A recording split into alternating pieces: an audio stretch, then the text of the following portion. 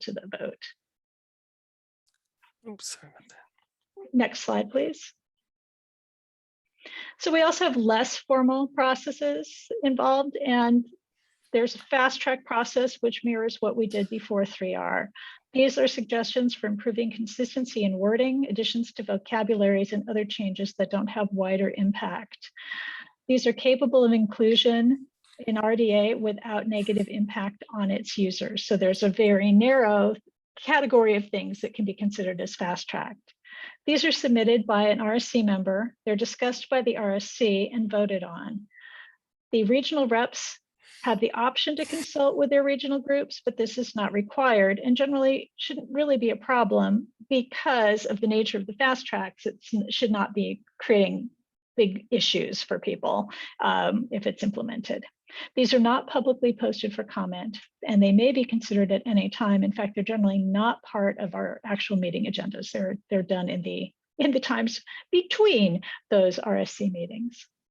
And of course, we accept editorial changes, and these are corrected by the RSC secretary when they are identified by an RSC member or another RDA user, and no other review is required to correct typos. I'm sure you're pleased to hear that. Next slide. So we're really still in a test and adjust period on trying to streamline the proposal process. We want to take the lessons learned from the benefits and drawbacks of the previous JSC and RSC proposal process, which was really detailed and time consuming, but it had some real benefits as well. So we have some goals, and they may be somewhat at odds with each other, but this is what we are trying to accomplish.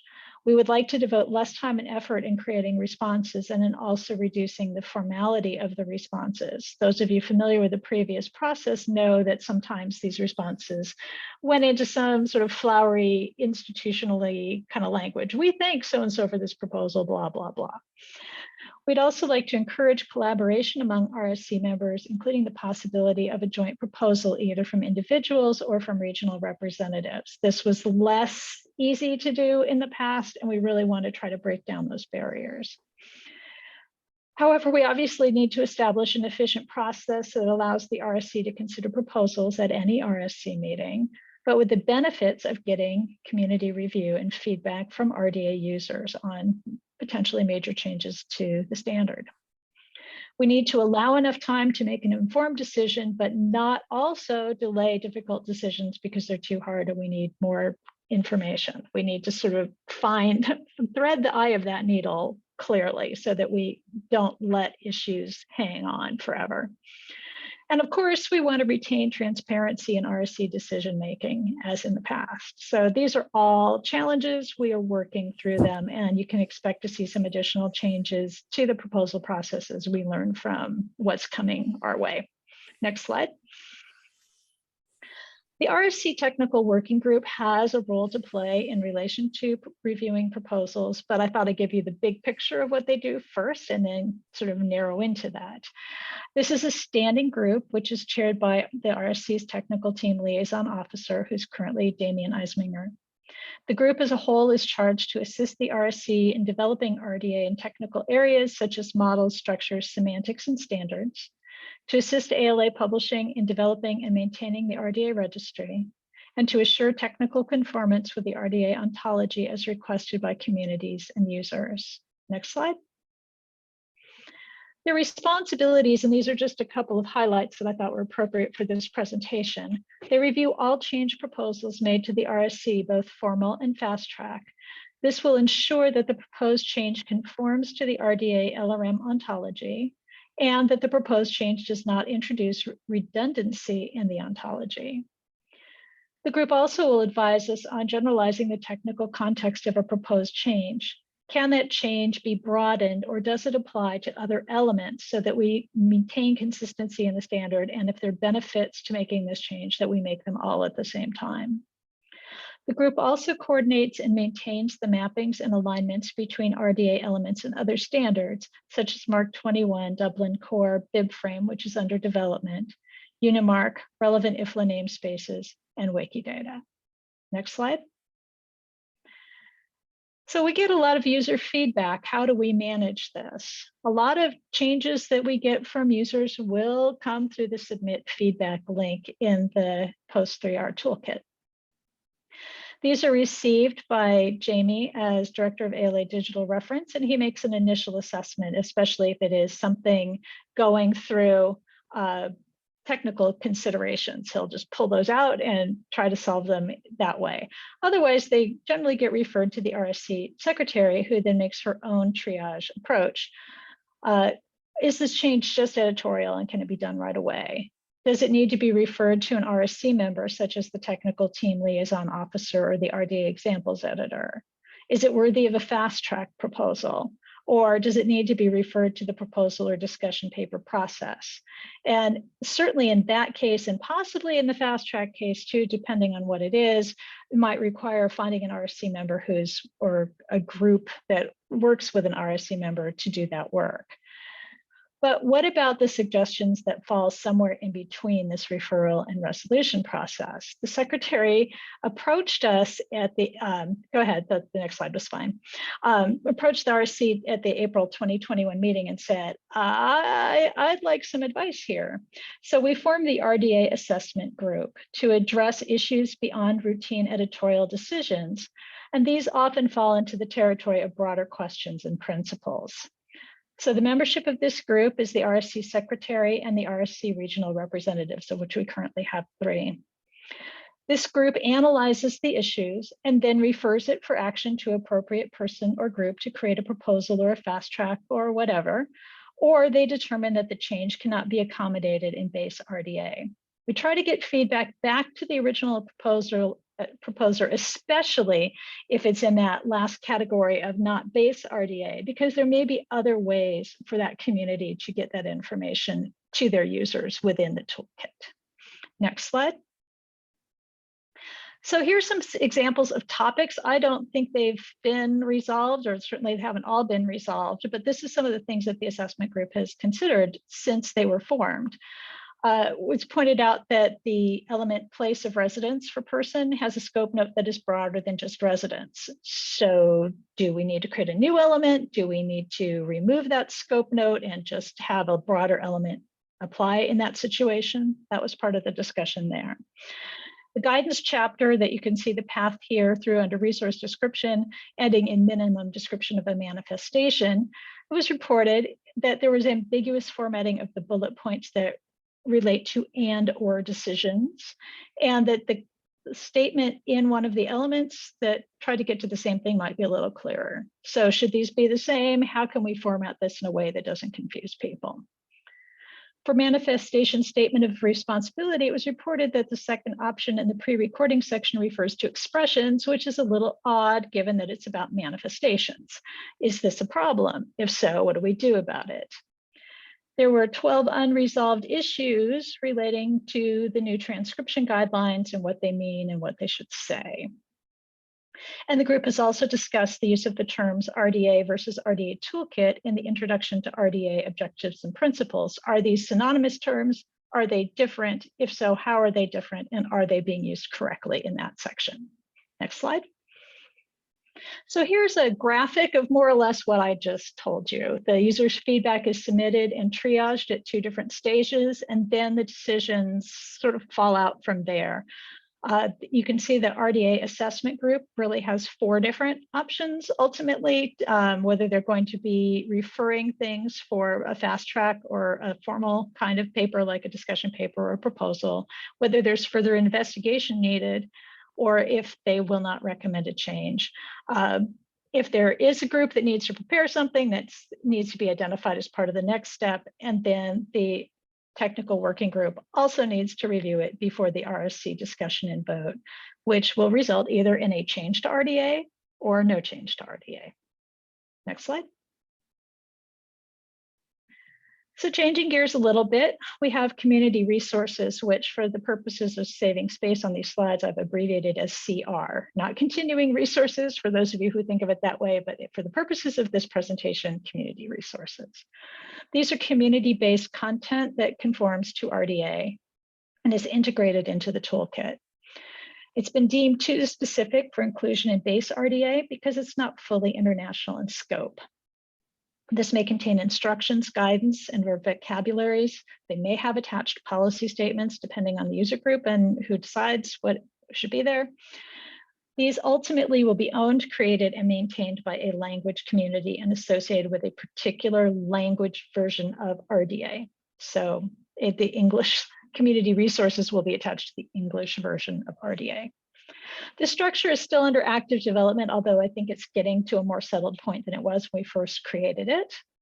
And that's partly because English language content has been moved from base RDA in some of the most recent releases of the toolkit. In September 2020, we moved the previous information that was in original toolkit appendices for abbreviations, capitalization, initial articles, and so forth. In April 2021, the legacy Anglo-American instructions for the pseudo elements, think of the end of chapter 6 in original RDA for legal, musical, religious works, and official communications. Those were spins on particular elements with particular overtones, but they're not really elements in and of themselves. And they're very Anglo-American in their focus. And in July 2021, we moved some community refinements content, principally string encoding scheme instructions, largely related to the creation of access points. Next slide. So now that there's content, now what? Ultimately, and really the goal by the end of the year is to hand off ownership of this content from the RSC to other groups. And for English, that means some sort of group that represents the Anglo-American community or a group of communities.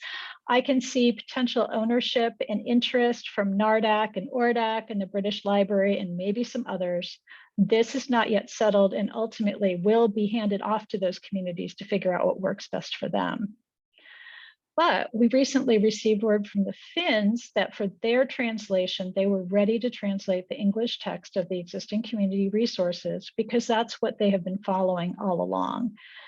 So they're likely to do that, but now that content will be associated with the Finnish translation, and they have the ability to make some different decisions for what works best for them in implementing the post-3R RDA. Communities implementing these community resources then need to figure out how this part of RDA Toolkit works for them in concert with base RDA, the policy statements, application profiles, external documents, internal personal documents, whatever. Once community resources are part of that package, that community needs to commit to regular review and revision as needed. They need to ensure the content remains compatible with RDA, and the technical working group is available to assist with some review of that. And ultimately, because it lives in the toolkit, the content management system needs to be updated. Now, the people involved in this right now have access to the CMS, but potentially in the future, that won't be the case. And so that content would need to be provided to someone else to add to the CMS on their behalf. Next slide. That person might be the Wider Community Engagement Officer, or WCEO. This position has been filled by 4 years, and the person who currently holds that position at Cardis is term limited. So in looking to fill this position for the next 2 years, we took a closer look at what we were asking that individual to do, and we updated the position description. It's still largely the same, but it's tweaked a bit. The general idea is that this person will engage with and represent RDA users who are not accommodated easily in the existing governance structure. And this could be a language community that crosses regional boundaries in our current structure. This person will serve as a resource and communication channel for their RDA change proposals. If they aren't well represented by somebody who already sits on the RSC, then the WCEO is your person. They will support existing communities' use and development of the new community resources section in Toolkit and advise new communities about its use. Not surprisingly, this is new because the last time we posted this position, the community resources section didn't exist. We also want a broader picture. The individual can promote use and understanding of RDA worldwide and serve on appropriate committees such as the MARC RDA Working Group and the RDA Board's Marketing Group. I'm pleased to tell you that Charlene Shu is our new WCEO-elect, effective immediately. She's a non-voting member of the RSC through the end of the year, and then her official term as a voting member will start in January, and I'm really delighted to bring Charlene on board. Next slide. So here's some general information. You'll probably see this on some other slides. I would just highlight that we break out our RSC related presentations and documents by year on the RSC website. So if you want to find the most recent things, go to 2021. If you want the broad picture, you can go to the higher level link. And the next slide gives you some specific resources that are related to this presentation. There are 2 RSC operations documents related to the proposal processes. There is at least 1 proposal scheduled for RSC discussion in the documents page from 2021. If you want to know more about community resources, there's a section in the RDA FAQ and a relatively recent presentation from Thomas Brenndorfer that I encourage you to look at. And if you really want to know the down and dirty of what we expect the wider community engagement officer to do, then that job description is available in the original posting. So with that, if you go to the next slide, you'll see that I encourage you to send me questions at my RSC chair email address. I know questions have been coming in during this presentation. Our intention is to answer all questions at the end. So thank you for your attention.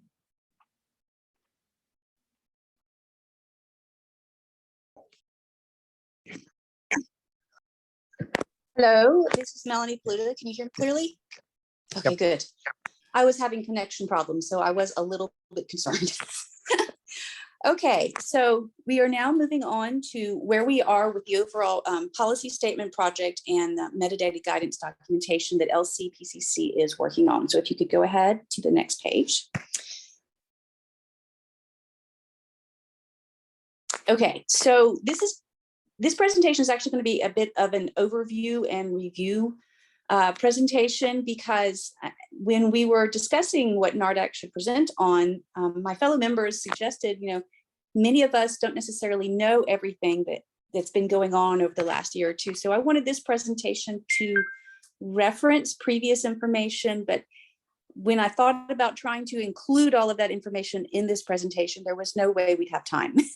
So this is kind of an overview reminder presentation of the steps that we've already done, even as we then update you on where we are now.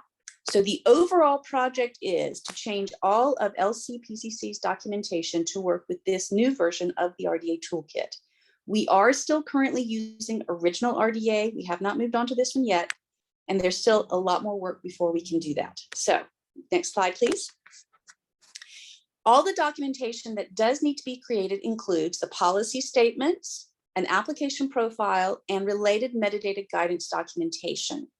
We have been working on the policy statements. The application profile has kind of been started, and we are in the middle of the metadata guidance documentation. All of that needs to be done before LCPCC really decides on the date of implementation. And I'm reminding everyone that LCPCC has already made statements that we will not implement any earlier than July 2022, and it won't automatically be in July 2022. It just won't be any time before that for sure. Next slide, please. So when we established this overall project, we realized as we analyzed it, there were actually 6 different phases. Some of these are overlapping in time. Some of these are ongoing recurring things, but these are the 6 different phases that we have identified. Phase 1 was something we've been occupied with for a very long time, and even now not completely done. Phase 2 is also an ongoing thing. Phase 3, we've just kind of gotten started on, and phase 5 is what we're in the middle of. 4 and 6 are not yet started. So we still have quite a bit of work still to do. Next slide, please. So just to review, what phase 1 entailed was quite a few steps where we analyzed the existing policy statements that exist in the original RDA Toolkit, transfer them to where they needed to be in the new one, and then create all of the new policy statements that were necessary. As many of you, I hope realize, the fundamental change in structure from an instruction to an option means that we needed a lot of policy statements where no policy statements existed before. And so we had to write a lot of new stuff. Now, if you would like a more detailed review of what we actually did about this process of policy statement analysis, the link that's on this slide will take you to a presentation that Paul Frank and I did about this. The presentation is a very long one, but the section that's specifically about this phase 1 work starts at 35 minutes, 45 seconds. And I would strongly encourage you to look at that because truthfully, this was very interesting and challenging work and you need to understand why it took so long. Okay, next slide, please. And not only did it take a long time, but it took a lot of people. We are now, in fact, at the stage where we've done the initial work through of all of the writing of the policy statements, and we are now doing what I would call cleanup, updates, finding errors, all of that kind of stuff. And quite a few of these people are still involved in that and will continue to be, I suspect, on an ongoing basis. Next slide, please. In the writing of those policy statements, we made a bunch of decisions about how to go about it. And there are quite a few different decisions that don't necessarily make sense if you don't understand this context. Eventually, there will be a background statement that will be added to the policy statements in the RDA Toolkit about these decisions, and so that you'll be able to understand them. But if you would like to learn more, go to the next slide, please. We did actually cover a more detailed presentation of this process of decisions, all these decisions that were made and what they actually meant in the previous NARDAC update forum in March. And if you go and look at this link on YouTube, which is, I believe, on the RDA Toolkit channel, look to minute 26, seconds 50, and you will get a more detailed presentation of all of these decisions and exactly what they meant. So I would encourage you to look at that one for more detailed information. Okay, next slide, please. Now that we have reached the point where there is, in general, most of the policy statements fully in, we do want feedback from people. However, we have two separate methods that are in play. One is we do have a form that already exists. You can see the link here, but it is also linked from the PCC homepage. But this form is specifically for what I would call the minor errors, typos, grammatical issues, something where it's not clear or the link doesn't work the way it's really supposed to. These are ones that we do want you to report to us via this link.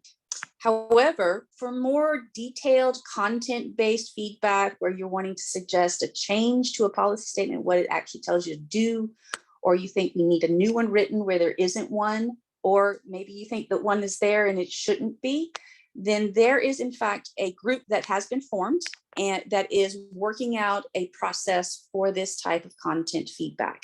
So we don't yet have a method for you to do that, but there is a method coming and we are looking forward to that kind of information.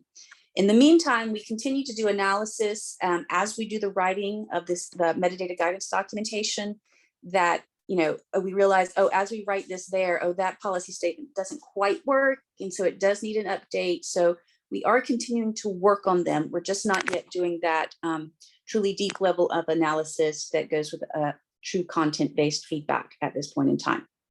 Next slide, please. Now, the other two phases that are active after the policy statements was the DITA work, where we had to upload all of that information to the DITA files in the XML standard that the RDA Toolkit is using.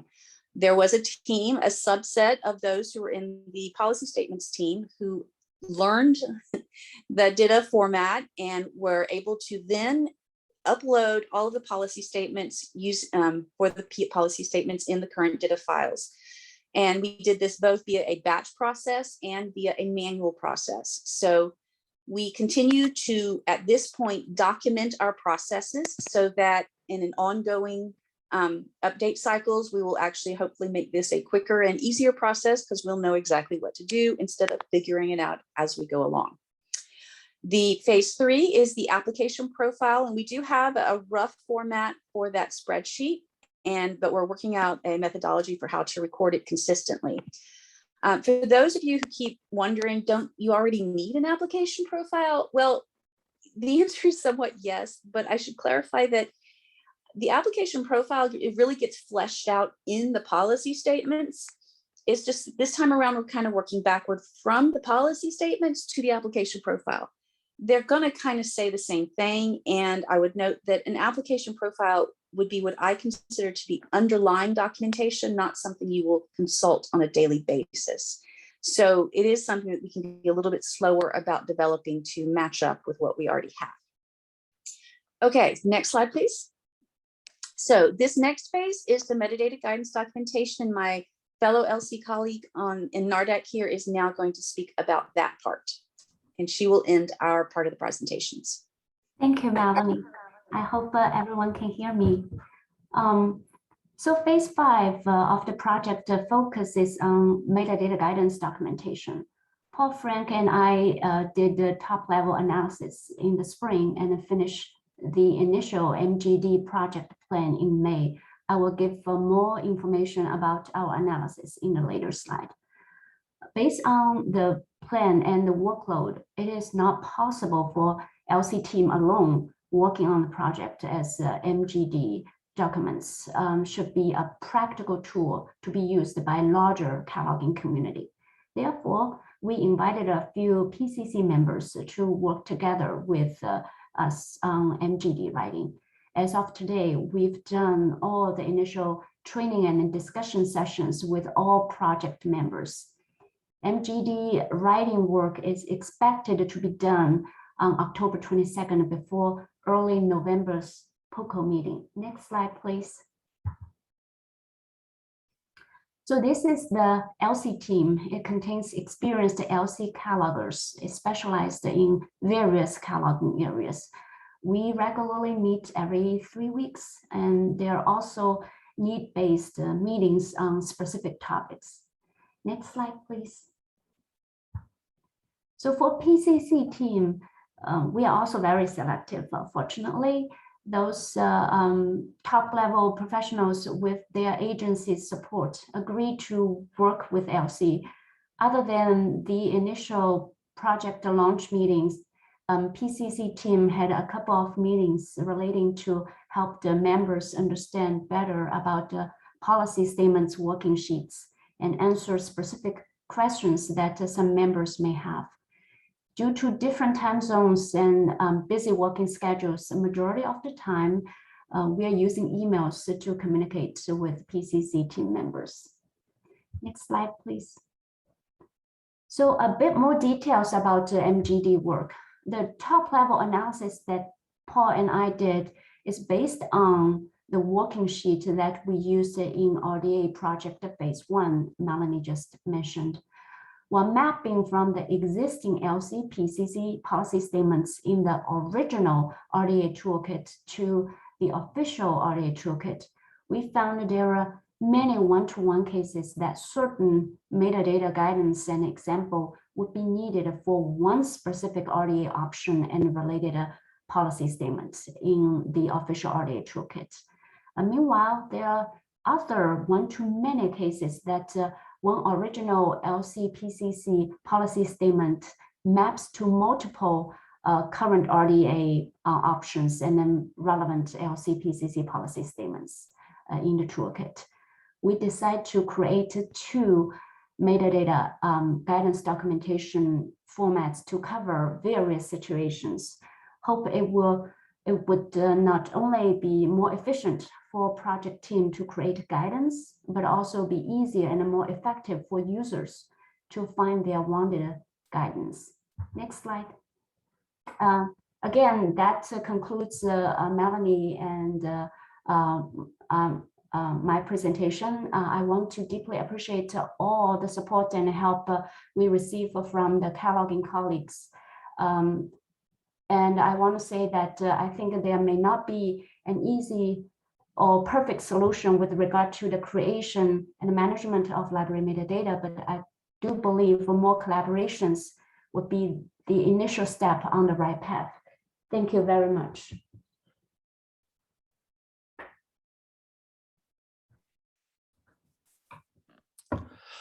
Hello, everyone. This is James Hennelly, Director of RDA Toolkit. I'm just going to give a quick update on what we're working on with the toolkit. I want to open first by saying I was a little slow. I was actually really slow pushing the record button, so I apologize for that. We missed a slide and a half, I think, from Kathy. So my apologies to everyone for that, and especially Kathy. So you may have heard we're having this server migration going on with RDA Toolkit. We're moving the hosting of both the toolkit and the original toolkit and the RSC website and the RDA Toolkit.org website, which is kind of that Drupal site you first come to that has some informational and marketing material on it. Those are all moving to new servers. We had hoped to complete that by this date, but it turned to be too complicated of a work, particularly because we have to change our admin system with this move. And we're dealing with two websites, in particular, the toolkit and the original toolkit, which are really constructed out of completely different digital material, if you will. So we kind of have to do everything twice. So it's been delayed till the week of October 25th. We feel fairly confident we will make that date. We also are very hopeful that it won't impact toolkit users in any noticeable way when we make the migration, but that's always a fingers crossed kind of situation. So we'll kind of just continue. We'll continue to update you on that progress of that migration and give you a heads up if we do foresee any interruption of regular service. Our intention is that we will still end the editing of existing workflows and creation of new ones on the original toolkit on September 1st. Because of this delay, I need to double check on that with my developer, who is the old host of the toolkit, or the current host of the toolkit, won't be the new one. And I just want to make sure that date might push back a little bit. I might be able to push that back a little bit. It just depends. I haven't had a chance to talk to him yet. He's been on vacation for a couple of weeks. So I just need to get that clarified with him. But I will have an update on that this week. All right, next slide.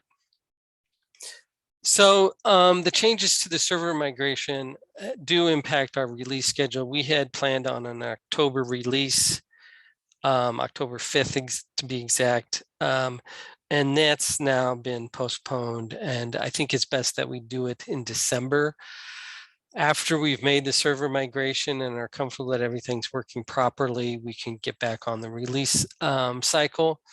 So I suspect we'll see something, the next release will be around the middle of December.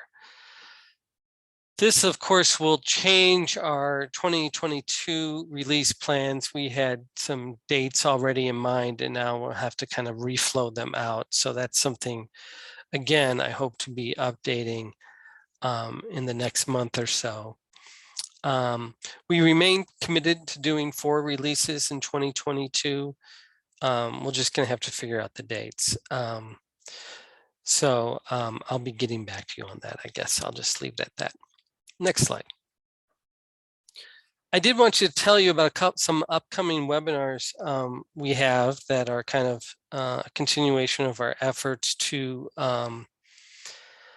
provide orientation to RDA after the 3R project. You can see a few topics here. The next one is this Translating RDA, discussion of opportunities and challenges of an international cataloging standard that will be held September 20th. I'm gonna paste the, let me grab the URL for that real quick here. And I'm gonna paste it in the chat for everyone. So here it comes. I encourage you to sign up for that. It's free. I think it's scheduled to go for like an hour and 15 minutes or so. It'll involve myself, Daniel Perdie of the Library Archives of Quebec, National Library and Archives of Quebec, and he's our chair of our translation working group, as well as Maria-Lisa Sipala from the National Library of Finland. I'm not sure if I'm saying her name correctly. I apologize, Maria-Lisa, if I messed it up.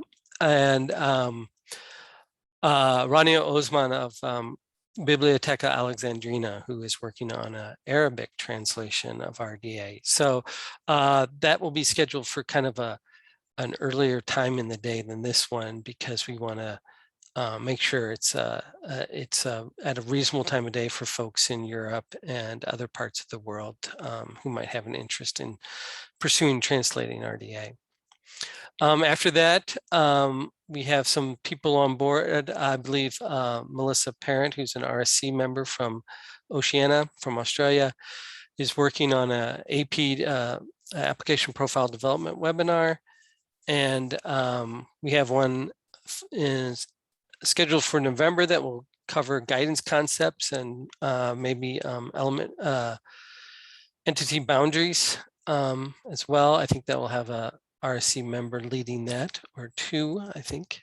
And I hope to have a policy statements webinar organized in December. So just keep looking out, visit the rdatoolkit.org news and information page at rdatoolkit.org and sign up for our newsletter, and you'll get plenty of information about these upcoming webinars. They'll all be free, and I think they'll be really helpful to everyone.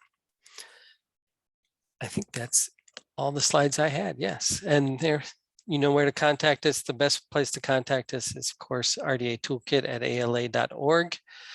That's a good way to make sure somebody sees your email. And if you want to contact me directly, it's jhennelly@ala.org. And I'll see your email, but I might be slow in responding. Sorry. All right, that's all for me. And thank you, Jamie. Now it's my turn. This is Stephen Hearn again, University of Minnesota, chair of NARDAC. And I wanted to talk a little bit about how RDA relates to other schemas and the question of whether mapping between schemas is really what we need the most. We're used to an environment where our descriptive schema was fairly uniform. Everybody used MARC. Everybody exchanged MARC. MARC was a great format for metadata communication and exchange. But we're in a very complicated environment now with many different sources of information, with a much more widespread consensus around linked data as a communication and exchange format. And MARC is very complicated to deal with. So we're shifting toward more linked data, and linked data comes in various kinds. RDA is linked data. RDF schema is a sort of basic linked data set of elements. Dublin Core is linked data. BibFrame is linked data. RDA is a little more technical in the way it uses RDF, in that it has constrained elements. It expects certain things to be in the domain, the subject position of the triple, or the object position, the domain, the range position of the triple. And what does the fact that RDA's elements are constrained and those of other formats are not, other schemas are not, what does that mean for mapping? RDA does have a set of unconstrained elements, but as we have been reminded by RSC, these are not RDA. They are an external schema that you can take RDA data out and put into for talking with other schemas, but it's not RDA, and it doesn't have a way to come back into RDA proper. So then we say, well, let's just map all the schemas and create tables that relate one element to another element in each of the other schemas, or to multiple other elements in another schema, because the granularity of schemas varies greatly. But the flaw with this metaphor of making maps is that it assumes that we all share a consensus geography. We all agree that there's a given set of actual location points, and all the maps, whether they're thematic or political or something else, they all relate to the same set of points. Well, it's not really the case when you get to conceptual models. Conceptual models are as different as two different cities. And the idea that somehow you could map New York to Paris or Paris to Moscow, you could write correspondences, but you can't map them. So what can we say about the relationships between schemas? And where is the higher value to be achieved? Is actually mapping at the statement level really what we need? Or do we need to be mapping and understanding relationships between schemas at a higher level? Identifiers are the key for doing linked data. You use an identifier to link to more information about something.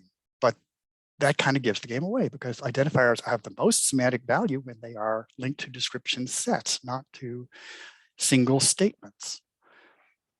What's of real value for linked data is descriptions of entities or descriptions of complex predicates. And I don't even want to get into that one. But what we're looking at now is how we can relate descriptions of resources to other descriptions of resources, possibly not from the same schema.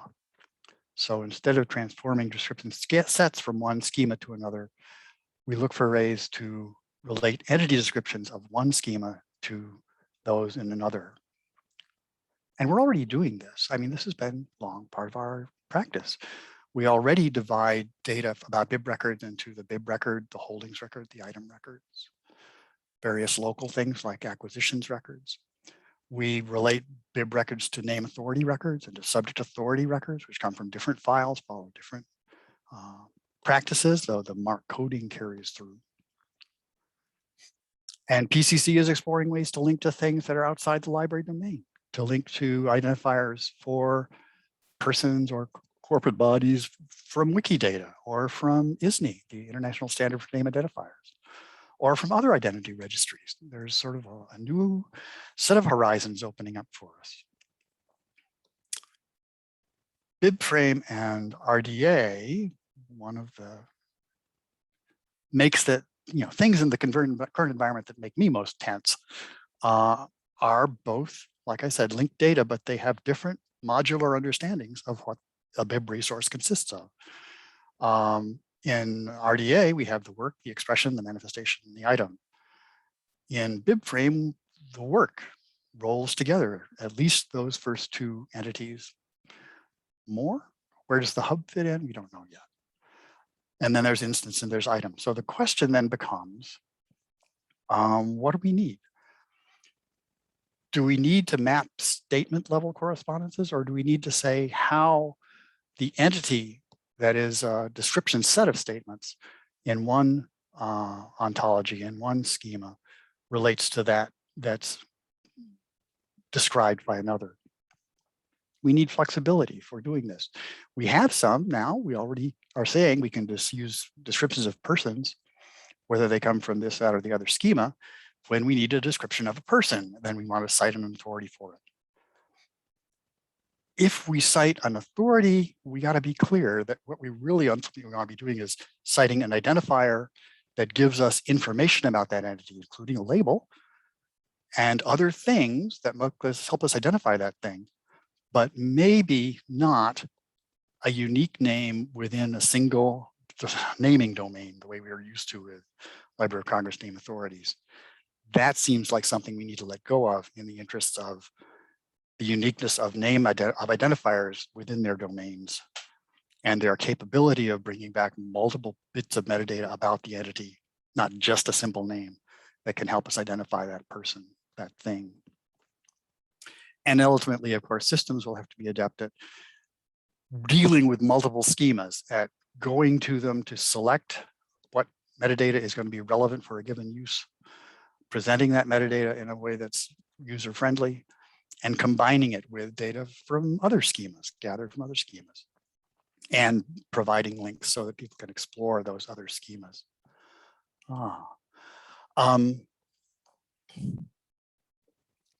So RDA does include relationships to non-RDA entities already, which is a good sign. For instance, there's the work-related entity of work element in RDA proper. It's not a constrained range for this element. How could it be? It's talking about an entity that's not an RDA entity. But for that reason, it offers a way that one might extend RDA for a given community by, say, making a refinement of work-related entity of work.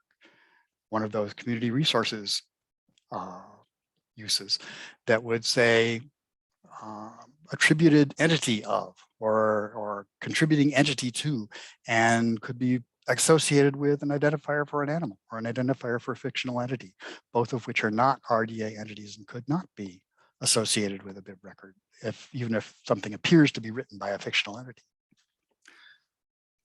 And then back to the bib frame question. We have work manifestation of work and expression manifestation of expression to associate work and expression with a manifestation. Will a bib frame instance description satisfy the RDA range constraint to manifestation for these elements? Could we use work and expression descriptions from RDA and associate them with instance descriptions coming out of bib frame? I don't know if that'll be the valuable thing to do, the right thing to do. But as we look for the kind of practical shakedown that will happen among all these schemas, as some become more durable and popular than others, is this one a possibility where we might, get more information out of bib frame of one kind, but associated with information out of RDA of another kind? And that's what I had to say. And now I will turn it over to Bob Maxwell. Okay, I'm Bob Maxwell from Brigham University, and I'm going to talk about a particular change that's coming through the pipeline. Kathy discussed the developing change process to the RDA in general. This particular presentation is going to be running through well, the Curator proposal, which I'm going to talk about, has been running through the pipeline for a couple of years and has kind of become a case study for the development of the process in the new RDA for making changes. So let's just start talking. On March 12, 2019, sort of more than 2 years ago, Karen Stafford, who is the ALA, the Art Library Society of North America's liaison to CCDA, which is the ALA body that deals with RDA. She sent a proposal to Dominique Bourassa, who was then one of the ALA representatives to NARDAC, and to me as the chair of CCDA's 3R task force concerning some needed changes to the term curator as used in RDA, both current RDA and the coming RDA. Go ahead. Change the slide, please. So the problem, as seen by the Art Libraries of North America group, was that the current RDA term curator, it's a relationship designator, and it is reserved for item. But curators in art libraries and museums don't necessarily do their work at the item level. So, for example, they might conceive, select, and organize presentations, which is part of the definition, such as an exhibition. What is the relationship of this person to a catalog of the exhibit, for example? So that was the problem as described in the our list proposal. So the proposal itself proposed that the domain for curator be changed from item to work. And similarly for the curator of elements. We're now talking about the upcoming RDA elements. It proposed that curator agent be redefined as an agent who curates an exhibition that gives rise to a work, i.e. or e.g., I guess, an exhibition catalog. And it proposed to revise curator agent of as a work that involves a responsibility of an agent for curating an exhibition that gives rise to the work. So these all come in pairs. Okay, go ahead, please. Proposal was longer than this because it included changes to the narrower terms like curator, person, and so forth. So the proposal was changed, was discussed at the next NARDAC meeting, which was March 18th of that year. It was also discussed in the CCDA 3R task force. NARDAC pointed out that there was a moratorium on change at the time proposals, and so the whole thing was put on hold.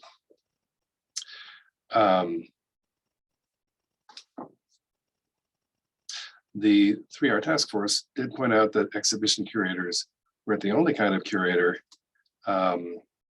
Persons who take care of items in a collection are also curators. So a relationship element, it was thought, was needed both at the item and the work level. So, so some months later, after the moratorium was lifted, the curator proposal was developed by the ALA representative to NARDAC, who was the representatives who were Dominique Brassa and Stephen Hearn at the time. And the 3A task force participated, as did the ARLIS liaison. And eventually it became a formal proposal from CCDA. And as I said, this was kind of the first formal proposal coming through. And so it became a kind of a test case for how to make revisions to the new RDA. So it was sent to NARDAC at annual of 2020, ALA annual. Go ahead, please. And this is basically what the proposal said. It said, it discussed the complexity of responsibility of agents with the title of curator. There's lots of different kinds of agents that call themselves curators, and they're not all writing exhibition catalogs. It proposed various solutions, including some more and some less complicated so-called shortcuts in the toolkit. It justified adding some written elements, including curator agent of work, and suggested some new labels, definitions, and instructions for the new elements. It did recognize the need for the existing item level relationship elements and recommended labels to indicate the relationship.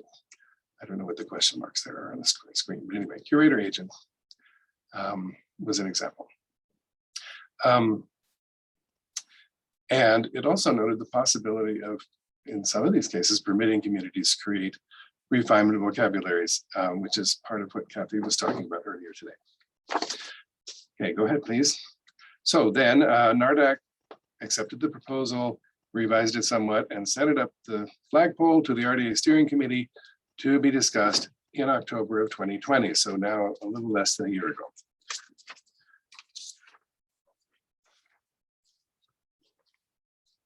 I have said this several times, but the RSC treated this NARDAC proposal as a test case for the process, and mostly they didn't resolve the problem at that meeting. They mostly resolved for themselves some questions about how proposals should go through. And so here were some of the resolutions from their the minutes of the meeting. So minutes suggested that proposals for substantial changes should normally come to RSC as a discussion paper first, although Kathy has said they could come either way this morning. And they ideally could include multiple options for the RSC to vote on. And proposals should be vetted by the technical working group, as Kathy has explained. So this proposal went off to the technical working group following the proposed new process. And the technical working group responded earlier this month with a white paper, which was titled Implementing the Collections Model in RDA. And you can see it if you like, right there at that web address in the bottom bullet. This was intended for the upcoming discussion at the upcoming RSC meeting in October of this year. So it's a discussion paper. We're not quite there yet. Go back a little bit, please. So the paper as a whole is going to be a part of Thomas's discussion today. I'm just going to discuss the parts that affect the Curator proposal. It's a very long discussion in 4 parts of what it calls the collections model. And it is in part developed to help realize the strategy of increasing RDA adoption by cultural heritage institutions such as archives. Okay, go ahead, thank you. This is quoting from the document, and the document is quite long, and so I'm just giving you a few lines here and there from the document to kind of summarize. So the first 4 bullets are from the document. It says that a collection in this model is a plan to gather 2 or more items that form a manifestation.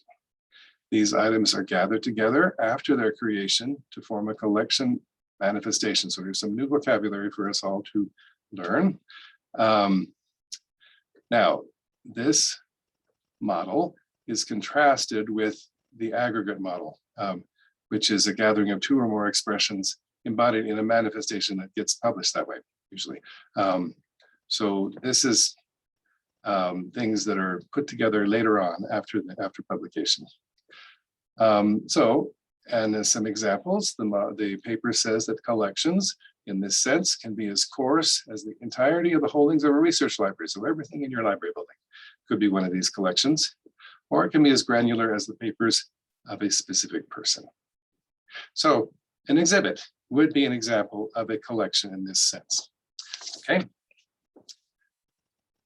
Just to continue to quote from the document, here's a new piece of vocabulary, a collection work. So the collection work is a plan for selecting items that are to be gathered together for some purpose. It realizes, that's the term that gives us a clue that we're coming to an expression. So it realizes one and only one collection expression, which in turn realizes one and only one collection manifestation. And then the collection item is the one and only exemplar of the collection manifestation. A collection item is the set of all items that are gathered by the collection work. Now, on an earlier slide, I quoted the document as pointing out that this is not the same as an aggregate, but you will see there are many similarities in the language here, talking about plans, talking about, I mean, the when lock is in place here, just as with aggregates. So the paper made a recommendation. First recommendation was to add the concepts collection work, collection expression, collection manifestation, and collection item to the RDA terms vocabulary and coding scheme. And the next part, the paper says that because the collection work is the plan for how items are selected to form a collection item, 2 new attribute elements, according to the paper, were needed. And they are the accrual method and the accrual policy. So recommendations 2 and 3 are to add those 2 things to RDA. And the next slide shows what it might look like in RDA. So collection work would be defined as a work that is a plan for selecting items that are to be gathered and kept together for some purpose, such as, for example, an exhibit. And then collection, expression, manifestation, and item, similar definitions. Okay, go ahead, please. And then here are the 2 proposed additions for accrual method and accrual collection accrual policy. The collection accrual method is a method of transfer of ownership of the items that are added to a manifestation of a collection work, i.e., how did you get it? Or how are you going to get it? The accrual policy is a policy that for selecting the items that are going to be in the collection work. Okay, go ahead. So then part 2 of the paper discusses the subject hierarchy revisions that need to accommodate the model. I'm not going to go into any detail about it. I'm just pausing to say that the paper does account for subject relationships in the model, which is important to the curator proposal since it was about the relationship of the curator to an exhibit catalog. And the paper says this set of proposal provides several recommendations for revising the already existing infrastructure in RDA for relating works that describe the editing, such as an exhibit catalog. Go ahead, please. I'm going to skip part 3. Part 4 of the paper is titled Agents Related to Collections and Their Descriptions. And these works and the descriptions of the collections are all created by agents. The paper says it is clear that collectors, curators are responsible for the collection work. That is, there's somebody who's responsible for bringing together, or some agent that's responsible for bringing together all the works that are going to be in an exhibit, for example, which is a collection manifestation. So this is just pointing out that there are agents who are responsible for these works and manifestations. Okay, go ahead. So the recommendations, which are essentially in a response, I think, to the CCDA and the NARDAC proposal, were to deprecate some of these elements. So deprecate the collector agent element and the curator agent elements, which were at the item level, and instead add new elements with the label collector agent and its agent subtypes, so collector, person, and so forth, with the domain of work instead of item, and a range of agent and its entity subtypes. And then the inverse is a recommendation for it to do collector agent of. Okay, go ahead, please. And here's what it looks like in the kind of more formal piece of the paper, where it shows what would happen actually in the toolkit. The recommendation, add these elements. Okay, go ahead. So the paper resolves the NARDAC issues by explaining that an exhibition is a collection manifestation, that it embodies a work or expression that has a plan. That's the definition of collection work. And that an exhibition catalog is actually a metadata work. It is a metadata description set for items that are selected for the exhibit. So it's a work that's about something, some other work, which is the collection work. Okay, go ahead. So just a few relationships that the paper shows that the new proposal will resolve. So we have a manifestation here on this page, which is the exhibit or the collection that's been brought together for the exhibit. So that exhibit, which we're going to call a collection manifestation, has a work manifested, which is the collection work. It has a holding, might have lots of holdings, lots of things in items in the exhibit. It may have a catalog, which is a related work. It's actually a metadata work. Has a location of the collection, so we can even link in the location. It's in a particular building or even in a particular place in a building, which is a place entity.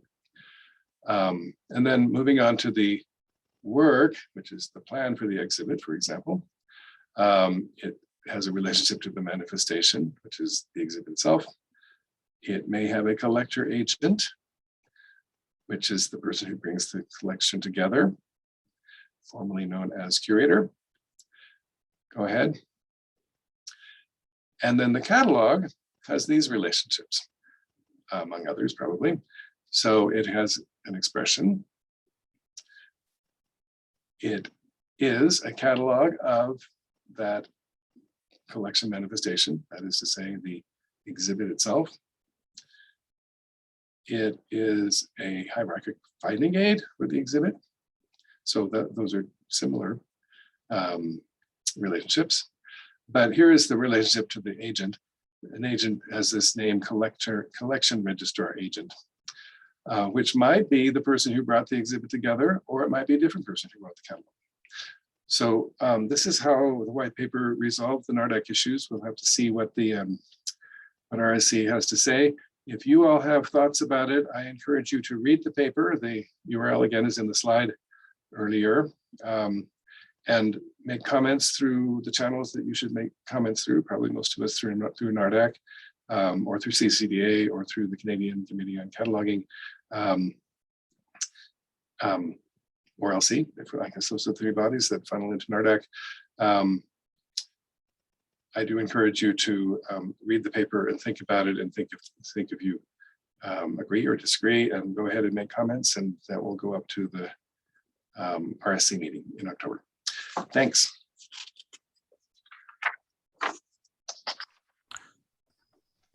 Hello. Hi, everybody. I'm Thomas Brenndorfer. Welcome, everyone. I will be covering some recent developments from the RDA Steering Committee, and particularly I'm going to focus on two topics. One is the recent updates to RDA content that was decided upon at the last RSC asynchronous meeting for derived expressions. But I will also provide some additional information on the proposal on the collections model. Both of these developments affect several elements, and I wanted to use them as an opportunity to explain some aspects of the bigger picture of the new toolkit. I really like looking for those teachable moments, and I thought those two proposals have a lot of interesting components in them that I think will really help to explain a lot of the bigger picture aspects of what's happening with the new toolkit. So here's a little bit of information about me. I recognize now that photograph is somewhat dated. I have a few more gray hairs over the last 4 years. So we'll move on to the next slide. Before I get into the substance of my presentation, I want to give a quick primer on key RDA concepts in the new toolkit. And I'm doing this because once these concepts are understood, a lot of the new content in the toolkit, including these recent developments, can be much better understood. Next slide. So when we catalog resources, the work aspect of that resource has been a traditional focus.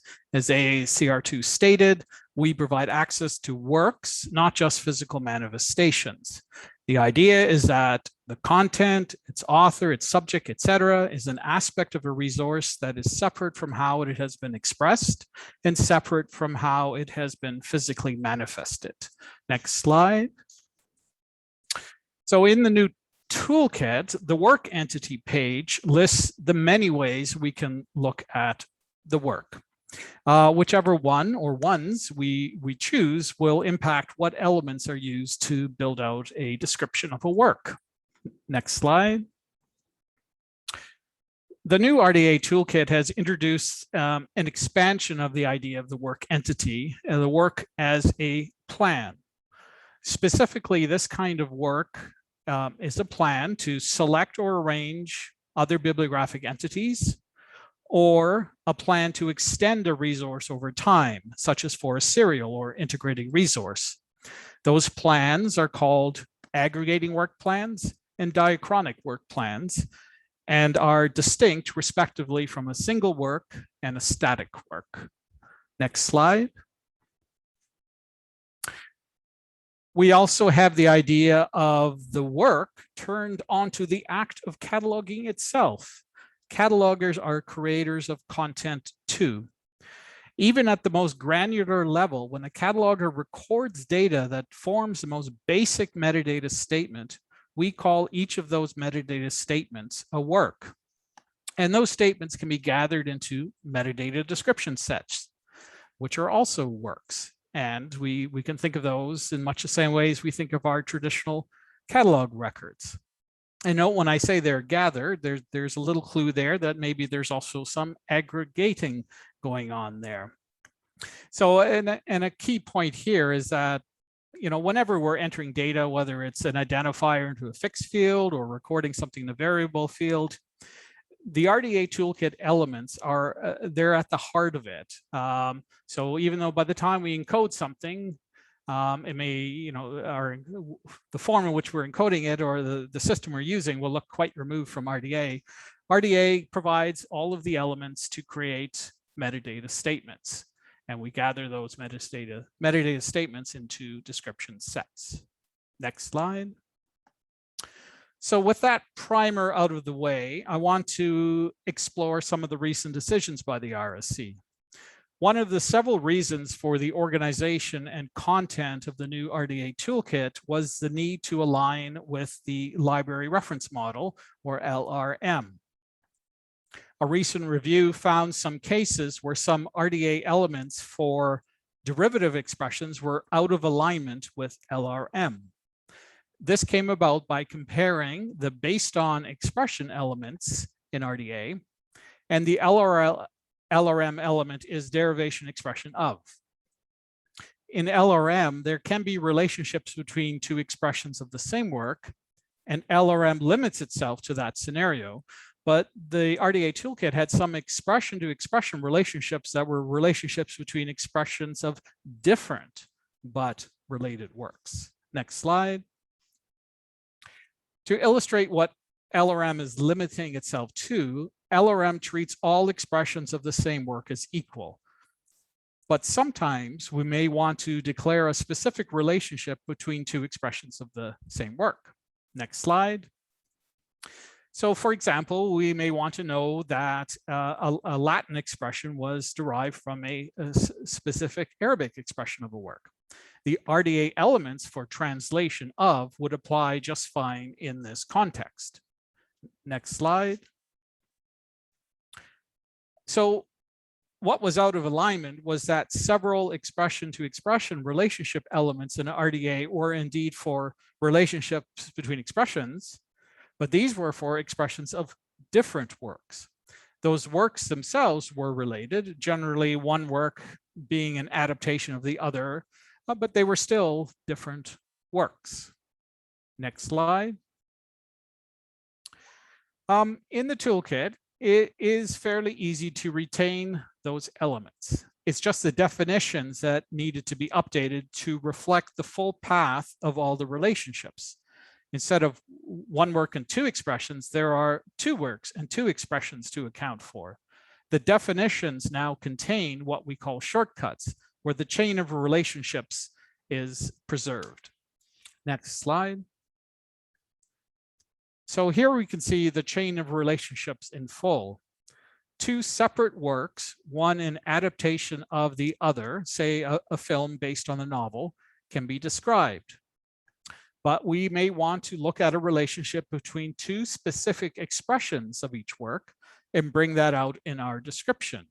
For example, a film may have had several versions and a novel was based specifically on one of the versions. Next slide.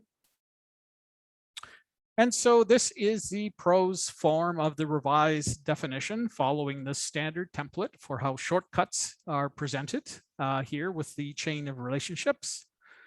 I will add at this point that shortcut elements do appear in many places in the new toolkit, but the priority was on really looking at current elements. The RDA Steering Committee has not gone about to create a whole bunch of new shortcut elements. The effort was really focused on looking at the definitions of a lot of current elements and determining that they in fact did have a chain of relationships built in, and so those definitions were updated. Next slide. So the last line here in that definition, the element does not identify any adaptation work, basically means we could make a relationship between two expressions directly without adding any data about the intermediary works in our description of a resource. So that's key to understanding a shortcut. if we want a full description, we can record all of the relationships in the chain and make those part of our description of the expression. Or we can just use the shortcut element. So the expectation, yes, in applying RDA is that we can record any chain of relationships when creating a metadata description set. If communities wanted to develop new shortcut elements for their applications, that will be possible. So next slide.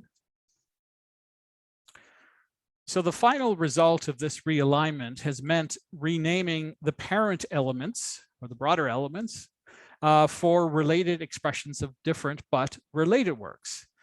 So those elements, top level elements, expression of source and the reciprocal expression of derivative work, expression of source work, sorry, and expression of derivative work. And we moved on to the next slide. But to account for some, yeah, right there, perfect, thanks.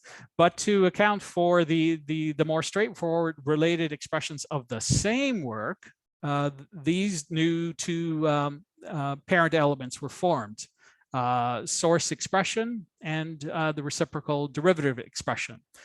There were only a handful of elements affected by this move to this grouping: arrangement of, revision of, and translation of. Next slide. And for consistency, one more tweak was made. Since we are talking about sources and derivatives throughout, it made sense to change the reference label based on work to source work, although the previous label continues to exist as an alternate label. Next slide. Now, in all of that, there were some leftover elements that weren't dealt with. And it was indicated in that paper that these would be handled in a future proposal for collection level description in RDA.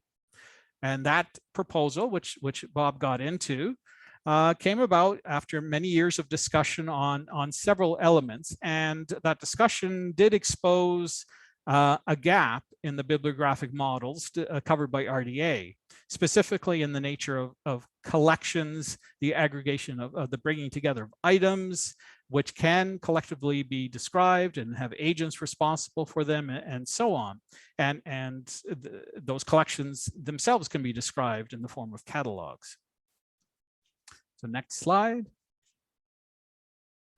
So it is still at the proposals stage, this collections model. So all caveats here, and this is an area under construction. So I advise everyone to put on their hard hats before we delve into this area. Next slide. So in those discussions over the past few years, one of the questions was, what kind of entity does a catalog, such as an exhibition catalog, describe? What are the relationships here? Next slide. And in the current toolkit, there was an element at the other end of collection, so to speak, the curator agent, an agent who conceives or manages the aggregation of an item in an exhibition or collection. But it became clear that there were some bigger picture aspects that needed to be explored here, and that quite likely more elements would be needed to encompass all aspects of this problem. Next slide. So the heart of the new collections model is that the aspects of a collection can be described in much the same way as a traditional bibliographic resource. In this case, we can now use the new idea of the work as a plan to select and gather items to solve the problem of how best to describe a collection. And as Bob mentioned, at the work level, collection work level, we can add descriptive elements such as collection accrual method and collection accrual policy. Now, in this model, while it is a collection of items, we do focus on the collection manifestation for descriptive elements. A collection manifestation, collection item essentially overlap. And so by convention, we just describe the collection manifestation. Next slide. It is recognized that physically a collection manifestation may have subcollections. And so a related manifestation element is proposed, subcollection. Now, I'll mention at this point that this collections model, as it was developed mindful of how archival descriptions functions, which have descriptions of collections and subcollections. Next slide. We can account for specific items held in a collection and or subcollection through a new holding element, a manifestation item relationship, specifically a relationship between a collection manifestation and a specific bibliographic item. Next slide. Other relationships are possible. The location of an item is dependent on the location of the collection in which it is held. If an item is moved between collections, then a new holding relationship element is recorded. And so the location would also change. Next slide. The utility of the collections model as it's proposed comes into play when we think of other cases where as few as 2 items are brought together. So all of a sudden, several item-to-item relationships fit into this collections model. And these are very small sub-collections, but collection manifestations nonetheless.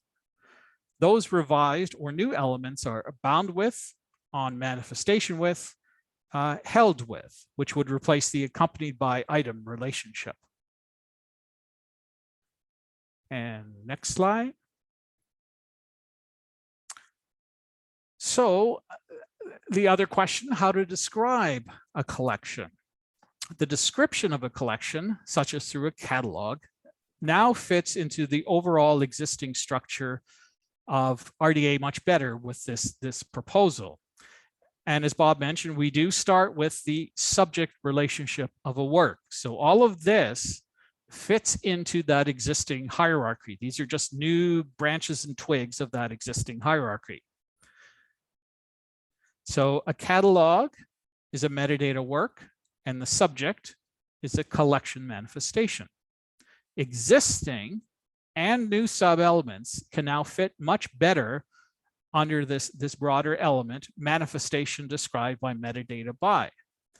So we have finding aid, and beneath that we have catalog, an analytic finding aid, so to speak, that can describe the items in a collection manifestation. But we also have hierarchic finding aid, which connects this to archival descriptions, which describe collections as a whole, plus items in a collection. Next slide. So stepping back and looking at the collections model overall, we see that there are 2 works of key interest here, and both relate to the collection manifestation. The collection of a catalog, the catalog of a collection is a work that is a metadata description set. However, we may want to implement that, such as a book catalog in the form of an exhibition catalog. Then there is the work that is the plan for selecting items to be gathered and kept together for some purpose. That work results in a collection manifestation. Next slide. So with those 2 works, there are agents who have specific responsibility for each of those separate works. For the collection work, the role of a curator is covered under the label collector agent. That is the agent that selects and arranges the items for a collection. Next slide. Then there is the agent responsible for the metadata description set. And in an interesting twist here, RDA turns the spotlight on us as catalogers, as we are in fact agents, subtypes of compilers responsible for creating metadata description sets, specifically analytic finding aids. So a key point in this collections model is that we can appeal to it whenever we want to expand our descriptions to cover collections of various kinds. So in addition to providing some consistency in certain problematic areas, such as the bound with element, the bridges are also being built here in this model to connect to archival descriptions of collections and sub-collections.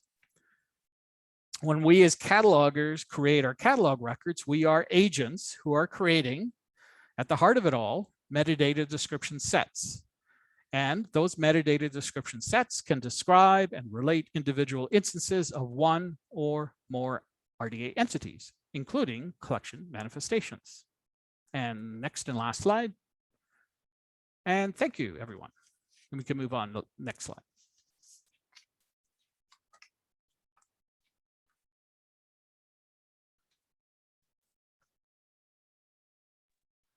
Okay, I keep losing my mute button. Thank you one and all for our presentations. I have been so busy advancing slides that I have not been able to look at the chat.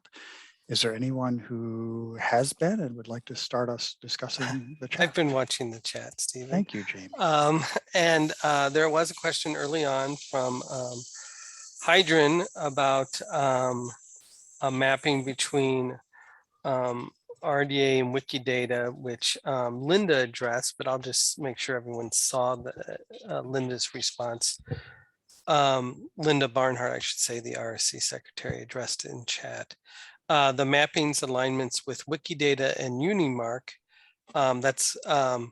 do not yet exist. This is also, she mentions Unimark because that was a question that came up from Thurston about whether Unimark mappings would appear in the RDA Toolkit element reference section.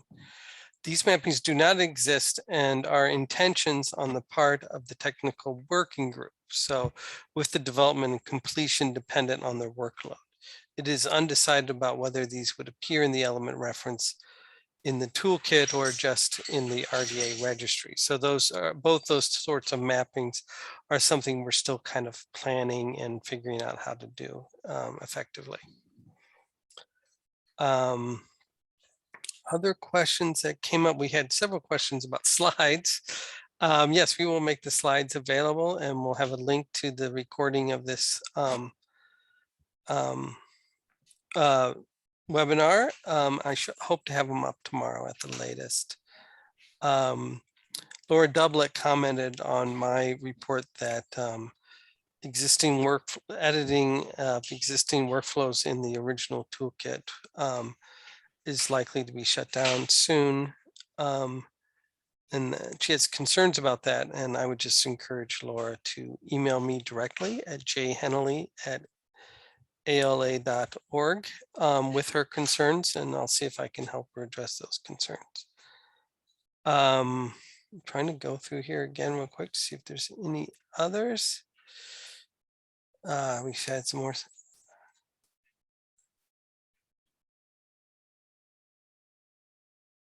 There's several comments. Adam Schiff says the University of Washington has started a project to map MARC and RDA.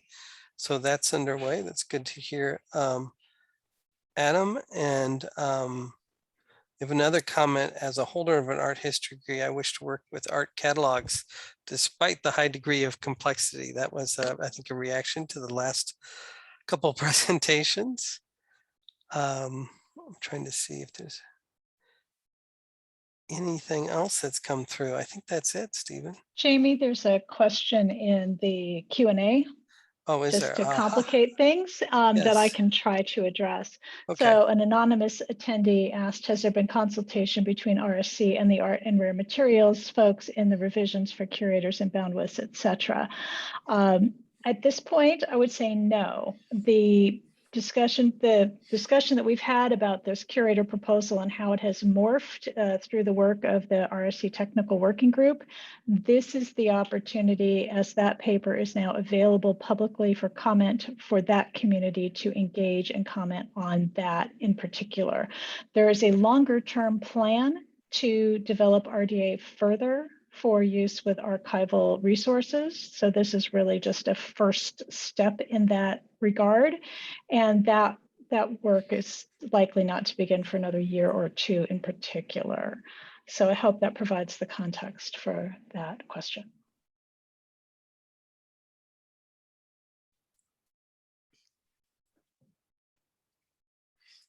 Okay, I think that's all the comments and questions we have, Stephen. Okay.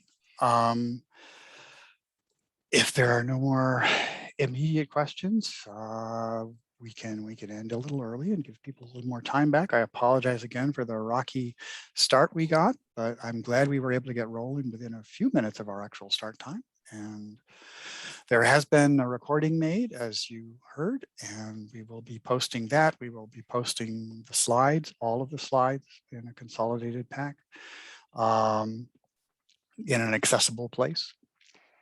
And I'm hoping that NARDAC will be able to do this sort of event semi-annually to keep everyone abreast of developments in RDA and how communities are responding to them, because it's becoming a very lively kind of exchange that happens. And just to add a little postscript to my fumpering about all the different registries we have now, what are the questions it's going to be? What, how much of a description from another source can I take and call it compatible with the expectations of a constrained element like we see in RDA? How, or is there a way to extract or to distinguish between fictional elements and real persons so that you could make a Wikidata description, usable or excluded? To me, these are mapping questions, but they're not at the element level. They're at the sets of elements level. And I think that'll be an interesting challenge for everyone as we go forward, especially given the very different ways that different registries manage themselves. As a participant in the Wikidata project for PSC, Wikidata manages its allowances very differently from the way RDA does. And RDA has done it differently from the way BibFrame has been doing it with LC's guidance so far, and will be doing it in the future. I'm expecting developments there. As we think about all the different ways of managing metadata understandings across communities, within communities, and then across communities, it's a really interesting world we live in. And with that, I will say thank you again, and we'll see you next time.